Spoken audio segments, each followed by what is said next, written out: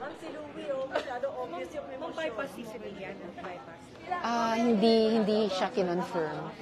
Hindi siya kinonfirm today. Ay, Louie, tatanggalin yung gamit ni ma'am. Ang dami pala yung nalawa. Thank you. Sige, salamat. Okay, salamat.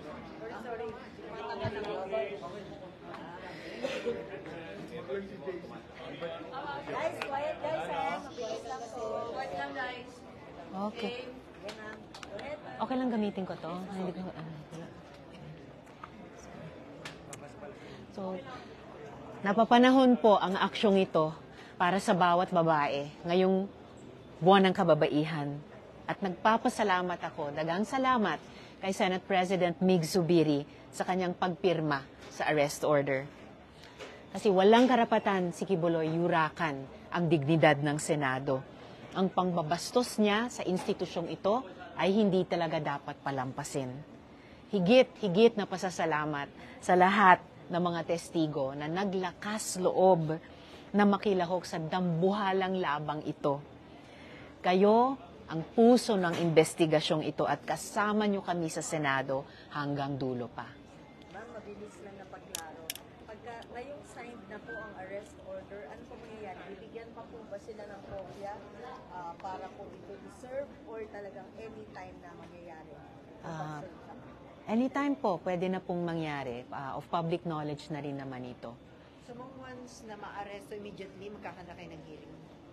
Once maaresto sila, makakapag-schedule na kami sa wakas ng hearing na dadalo siya para sa wakas humarap sa komite, pakinggan ang aming mga tanong at sagutin ang mga ito. Ma'am, anong panawagan niyo kay Pastor Kibuloy? Kailangan ba, would you encourage him na kung saan ang pumunta at pag nakumabot sa serve ng arrest order? And isang mga public knowledge naman na may arrest order. Actually, kung sana, nung una pa lang sa 2 imbitasyon, sa Sabina, hanggang ngayon, kung sana sa simula pa lang humarap na sila, hindi na kailangang umabot sa ganito. Kaso ang dami pa niyang drama. Ma'am, clarification, anytime kahit naka-session break yung Senate, pwedeng mag-conduct ng Senate hearing po. Opo, practice naman dito sa Senado, kahit naka-break kami, authorized naman ang mga komite na mag-conduct ng aming trabaho. Ma'am, tapos dahil naka-break lang, hindi kayo aalis ng bansa waiting for the possible arrest and hearing. Wala po akong schedule umalis ng bansa. Sana si Kibuloy din hindi tumakas, kaya nga't nauna na akong nanawagan sa Bureau of Immigration, bantayan yung ating mga borders para hindi doon makatakas si Kibuloy. Identify ba yung location niya, yung whereabouts ni Kibuloy?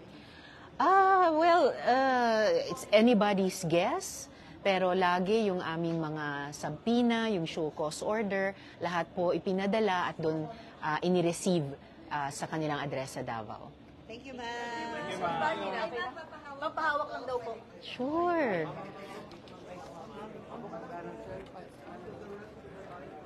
Anong oras po yan nabigay sa inyo? Anong oras nating natanggap?